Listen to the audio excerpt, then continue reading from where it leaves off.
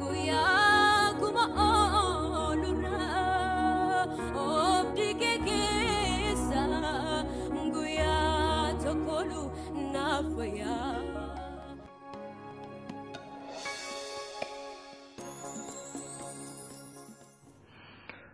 Afura kul kullu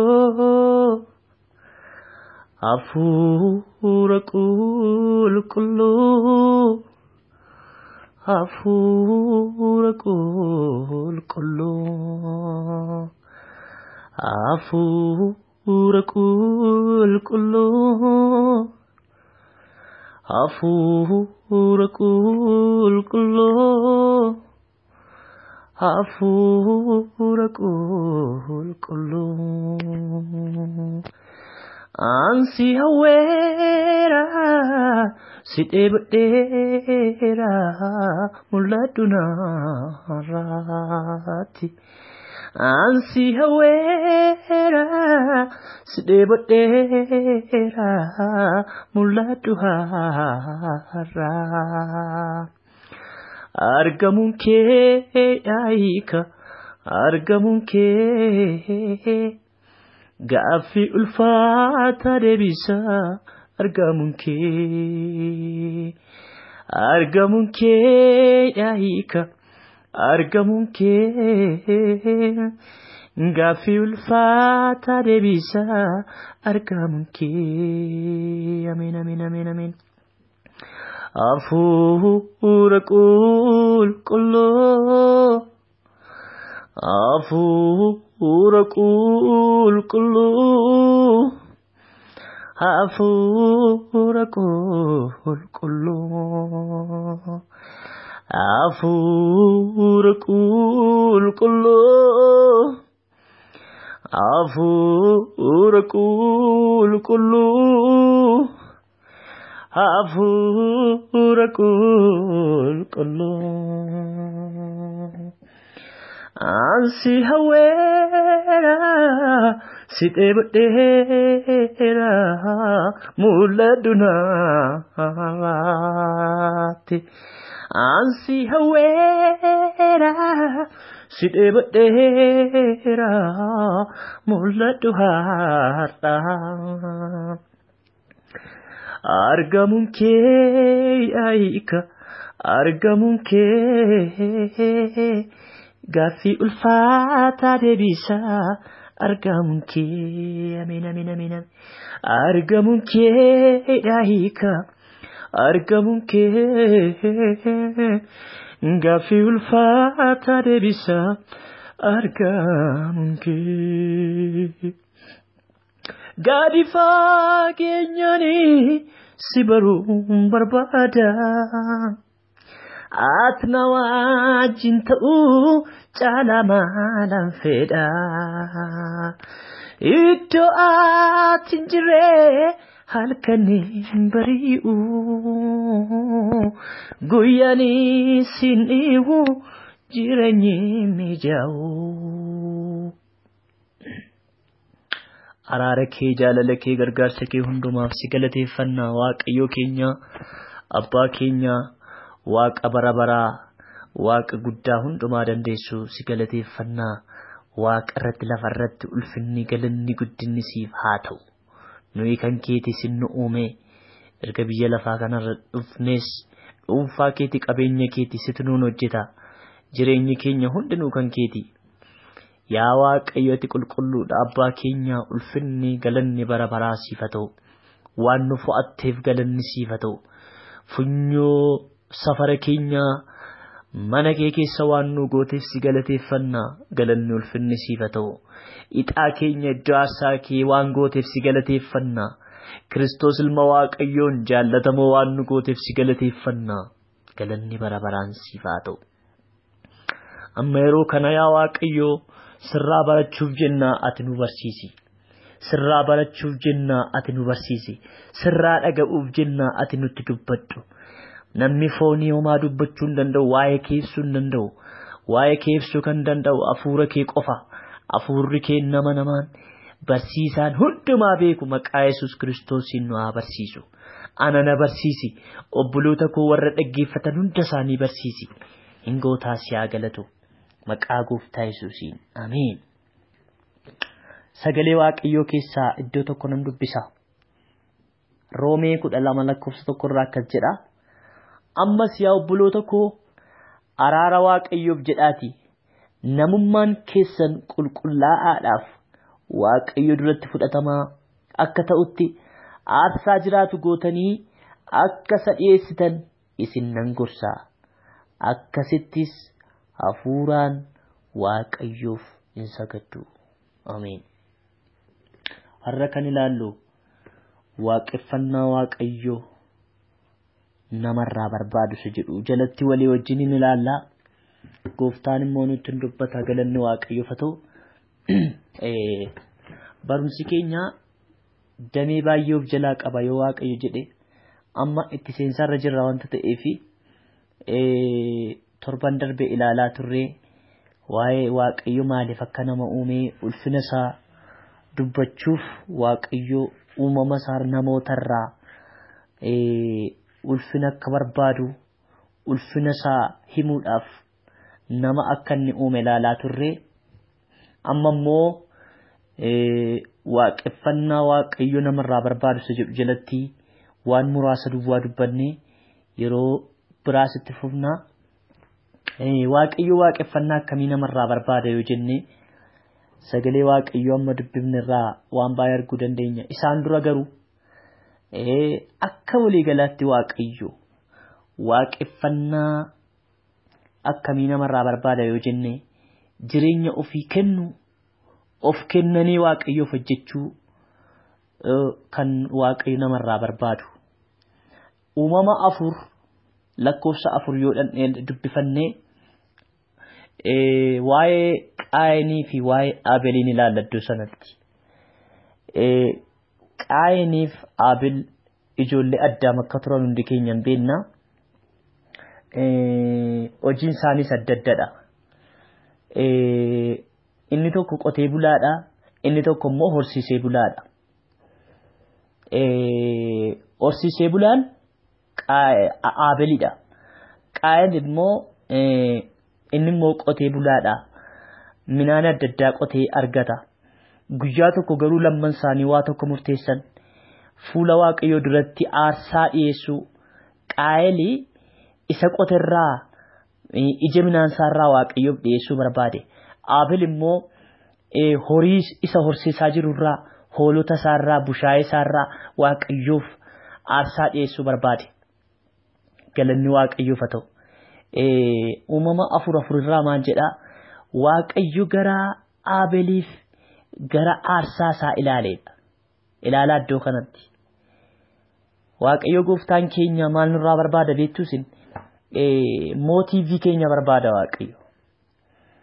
Waaqayyoon waaqeffannaa keessatti Waaqayyo maaliif fuula isaa duratti akka argamne garaa dhugaa yaada dhugaa jireenya dhugaadhaan akka argamne fi jireenya hir'uu garaa hir'uu ofitti baasa. Namni hin godhaadhaaf isa godhan hin beeka Waaqayyo adda baase kana waaqeffannaa dhugaan eessaa ka'a keessa jireenya keenyaatii ka'a. Innaa lakkoofsa uumama 4 lakkoofsa 5 irraa immoo maal jedha? Waaqayyo gara Qaayiniif gara aarsaa isaa hin ilaalleedha. Sababiin isaa jalqaba Waaqayyo waaqeffannaa keenyaan dura wanti Waaqayyo barbaadu jireenya keenya jechuudha. Galanni Waaqayyoof haa ta'u. Jireenyi keenya hamma nuyi afaaniin haasofnu caalaa, hamma nuyi afaaniin faarfannu caalaa, hamma nuyi afaaniin lallabnu caalaa Waaqayyo qulqullummaa jireenya keenyaa ilaala Waaqayyo. Dhibba Waaqayyotti of kennuu keenya ilaala Waaqayyo. Waan isin dhibu keessaa Waaqayyo keenya shawwadamee hin beeku. Waaqayyo keenya gowwoomee hin beeku. Kanaaf Waaqayyo waaqeffannaa akkamii barbaada yoo jenne ilaallee garaa dhugaadhaan jireenya qulqullummaa qabuun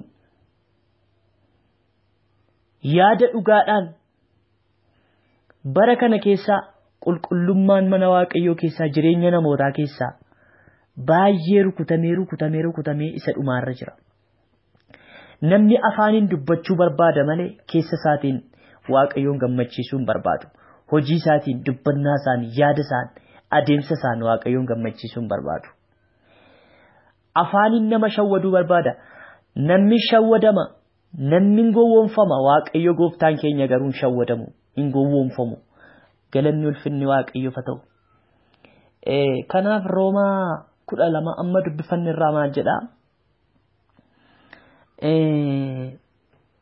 Namummaan keessan qulqullaa'aadhaaf Waaqayyo duratti fudhatamaa akka ta'utti aarsaa jiraatu gootanii akka isa dhiyeessitan isin nan gorsa. Ilaala.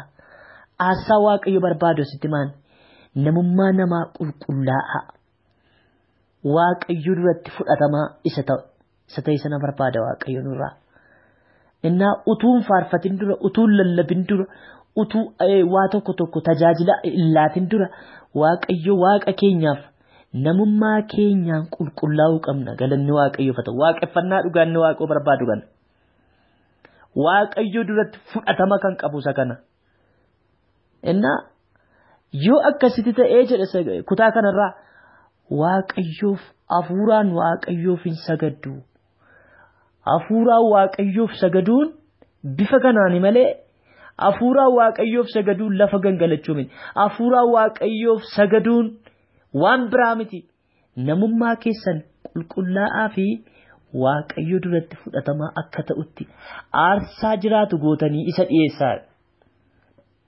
Galanni ulfinni Waaqayyoof haa ta'u. Beektonni macaafaa maal jedhu? Waaqeffannaa nuyi jennu kana bakka 5tti qoodanii ilaalu. Beektonni macaafaa warra sagalee Waaqayyoo sirriitti qoratan iddoo 5tti qoodanii ilaalu. Tokko sagaduu, faarfachuu, jajachuuf kan kana fakkaatan isan waldaa sana keessatti goonu damee waaqeffannaati malee kophaasaa waaqeffannaa mitinni. Damee waaqeffannaati faarfannaan. Damee waaqeffannaati lallabuun, sagadi, Waaqayyoon jajachuun. Inni kun damee waaqeffannaati isa 5 keessaa tokko jedhu. Inni lammaffaan horii ofii Waaqayyoon tajaajiluu, fakkeenyaaf kurnaffaa, aarsaa, kennaa jaalalaa warra kana fakkaatan kennaan akkasii isa lammaffaa irratti waaqeffannaa isa lammaffaati jedhu. Malee inni kunis kophaasaa waaqeffannaa miti. Isa olii wajjin walii wajjin jechuudha. Inni sadaffaan dubbii sagalee Waaqayyoo dhaggeeffachuu, lallabuu, barsiisuu, dhaggeeffachuu, walumaa gala sagalee Waaqayyoo wajjin waantu wal qabatu. Amanaan tokko sagalee Waaqayyoo wajjin adda ba'uu waan hin dandeenyeef fedha Waaqayyoo isa sirrii, fedha Waaqayyoo isa dhugaa, sagalee Waaqayyoo irraa wanta baratamuuf inni kunis waaqeffannaadha jedhu. Waaqeffannaadha inni kunis jedhu. Kanaaf warri faarfachuu barbaannu, warri Waaqayyoof hojjechuu barbaannu isa faarfannaan keenya sagalee Waaqayyoon ala taanaan waan biraadha. Faarfannaan keenya sagalee Waaqayyoon ala taanaan hir'ina baay'ee wanta qabaatuuf namni Waaqayyoon faarfachuu barbaadu dubbii sagalee Waaqayyoo barsiisuu qaba. Dubbii sagalee Waaqayyoo dhaggeeffachuu qaba. Dubbii sagalee Waaqayyoo dubbifachuu qaba. Maaliif ergaan faarfannaa isaa guutuu ta'uuf sagalee Waaqayyoo keessaa dhufa faarfannaan. Sagalee Waaqayyoo keessaa madda faarfannaan. Macaafa qulqulluu kakuu haaraa ammoo faan isiniin jechaa jira laa gaafan akka jedhu. Namni tokko nan faarfadha jedhee sagalee Waaqayyoo wajjin firooman qabu taanaan inni waaqeffannaa sirrii Waaqayyoof dhiyeessaa hin jiru jechuudha. Kanaaf nuyi hafuura qulqulluu Waaqayyoon sagalee Waaqayyoo keessaa arganna. Ogummaa sagalee Waaqayyoo keessaa arganna. Dibata sagalee Waaqayyoo keessaa arganna. Ayyaana sagalee Waaqayyoo keessaa arganna. Humna sagalee Waaqayyoo keessaa arganna. Qajeelfama sagalee Waaqayyoo keessaa waan argannuuf sagalee Waaqayyoo kana barsiisuun, sagalee Waaqayyoo kana dhaggeeffachuun, sagalee Waaqayyoo kana lallabuun damee waaqeffannaa keessaa isa tokkodha jedhu. Inni afuraffaan kadhannaadha. kadhannaadha. Kakuu haaraa keessattis kakuu moofaa keessattis kadhannaan humna guddaa akka qabu, kadhannaa malee hojiin mootummaa Waaqayyo akka hin sochoone, kadhannaadhaan namni yeroo hundumaa Waaqayyo wajjin konnekshinii qabu akka jabeeffatu kadhannaa iddoo guddaa qaba. Kanaaf kiristaanni tokko Waaqayyoon hin kadhatu taanaan inni mataan isaa iyyuu duwwaadha, zeeroodha. Kanaaf waaqeffannaan damee waaqeffannaa keessaa inni tokko kadhannaadhaa jedhu beektonni macaafaa. Kadhannaan hin jiru taanaan namni humna hin qabu, tajaajilli isaa humna hin qabu, faarfannaan isaa humna hin qabu, lallabi isaa humna hin qabu, jireenyi isaa humna hin qabu. Namni hin kadhanne duwwaadha jireenyi isaa. Kanaaf namni na waaqeffadha jedhee asiin immoo kadhannaa hin kadhatu yoo ta'e waaqeffannaan isaa hir'uudha jechuudha. Hir'uudha jechuudha. Kanaaf namoonni Waaqayyoof nan hojjedha jennu, namoonni Waaqayyoon hin tajaajilla jennu, waaqeffannaa damee waaqeffannaa keessaa tokko kadhannaa wanta ta'eef kadhannaan barbaachisaadha. Nu warra biyya lafaa kanarra nama taane jiraannu miti. Kiristoos ilmi Waaqayyoo biyya lafaarra yeroo ture inni Waaqa dhugaaf nama dhugaa ture iyyuu kadhannaa baay'ee ofiisaa kennee ture. Guyyaa 40 yeroo inni kadhate jira. Kadhannaa yeroo hundumaa gara gaaraatti ol ba'a kadhannaadhaaf. Gaafa qabamuuf ka'e sanallee jilbeenfatee utuu kadhatu inni nan dhasaarma dafqee akka dhiiga nan dhasaarra roobe jedha. Kadhannaan humna guddaa qaba. Kadhannaa yaa faarfata, yaa tajaajila, kadhannaa hin qabdu taanaan waaqeffannaan kee hir'uudha. Kadhannaa hin beektu jechuun, kadhannaan kadhattu jechuun Waaqayyoo wajjin tokkummaa hin qabdu. Tokkummaa kee kan cimsu Waaqayyoo wajjin kadhannaadha. Dhuunfaatti Waaqayyoon baruun kadhannaadhaan galanni Waaqayyoof haa ta'u. Inni shanaffaan beektonni macaafaa waaqeffannaan gosa 5 qaba, damee 5 qaba jedhanii amanan keessaa qulqullummaadhaan jiraachuudha. Qulqullummaadhaan jiraachuudha.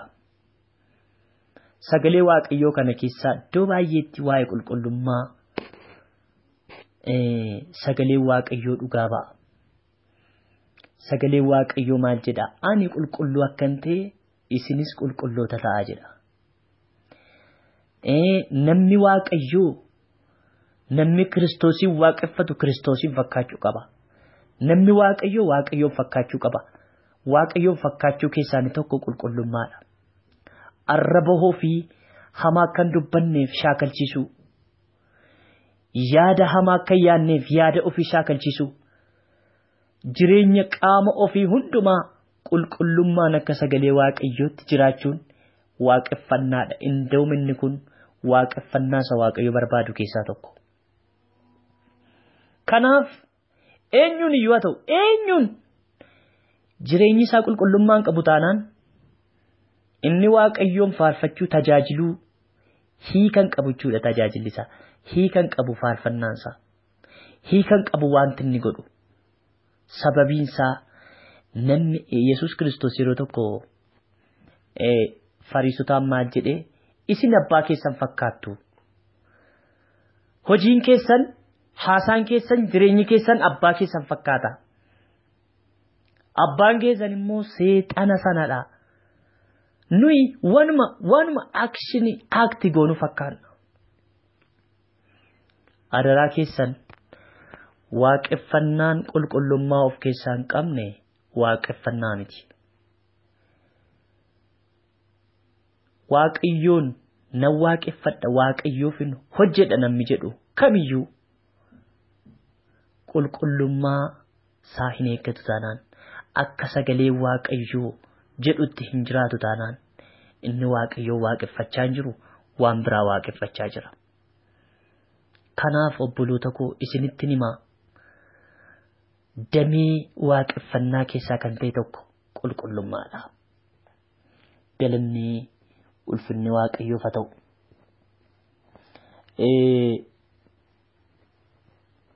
saba Israa'eliin Waaqayyo yeroo biyya Gibxii baasuuf ka'e mootii Gibxii sanatti Musee faa ergee maal jedheeni sabni koo dhaqee anaaf hojjetu gadhiisii jedheen. Biyya sana keessatti Israa'eloonni rakkina ciccimaa arganiiru. Hojii humnaa olii hojii ulfaataa hojjisiisu turan warri Gibxii sun yoo isaan didan immoo hin tumu turan hin reebu turan nadha isaanii caccabsanii.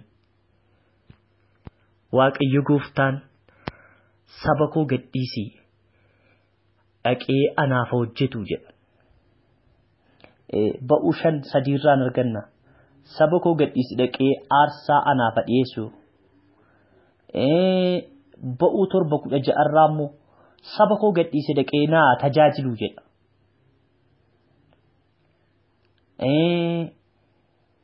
Akkasuma ba'uu 8:28 irraas dhaqee aarsaa anaaf dhiyeessu jedha. Walumaa gala Waaqayyo gooftaan jireenya nama kamiyyuu jireenya nama kakuu haaraa kana keessaa kontekstiin isaa Waaqayyo gooftaanii jireenya nama kamiyyuu cubbuu irratti hin barbaadu. Jireenya nama kamiyyuu dhiibbaa biyya lafaa jalaa baasuu barbaada. Gadhiisii saba koo gadhiisii dhaqee naaf hojjetu. Har'as jireenya kee wanti meeqa qabee jiraachuu danda'a. Suusiin adda addaa jireenya kee keessa jiraachuu danda'a. Dhibaa'ummaan kadhataa jireenya kee irra jiraachuu danda'a. Waaqayyoof abboomamuu diduudhaan wanti meeqa sirriitti wal ga'ee jiraachuu danda'a. Har'a Waaqayyo kan inni nurraa barbaadu akka isaaf hojjennu akka isa waaqeffannu. Meeqaa waa'ee faarfannaa bira iyyuutu hin geenye jireenya keenya sirreeffanna. Waaqeffannaa dhugaanni Waaqayyo nurraa barbaadu isa kanadha. Ammas irra deebi'een dubbisa sagalee Waaqayyo Roomee 12. Ammas yaa obboloota koo araara Waaqayyoof jedhaati namummaa keessan qulqullaa'aadhaaf Waaqayyo duratti fudhatamaa akka ta'utti aarsaa jiraatu gootanii akka isa dhiyeessitan isin nan gorsaa.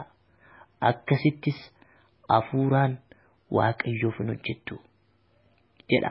Fakkeenya jireenya bara isa darbuu kanaa duukaa hin bu'inaa. Jaalalli Waaqayyoo isa kam akka ta'e gargar baasuudhaaf yaada garaa keessanii haareffachuudhaan of diddiiraa.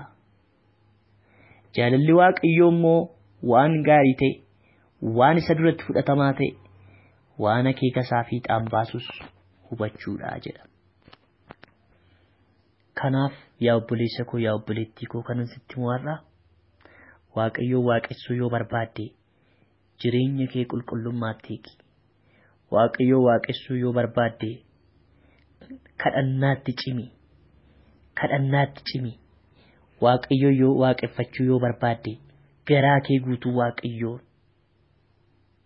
jireenya kee keessatti moosisi.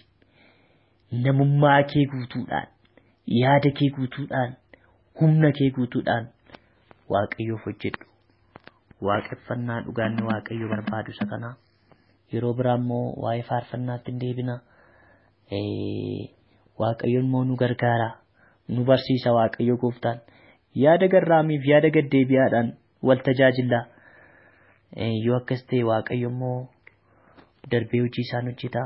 Waaqayyo gooftaan isin eebbisu.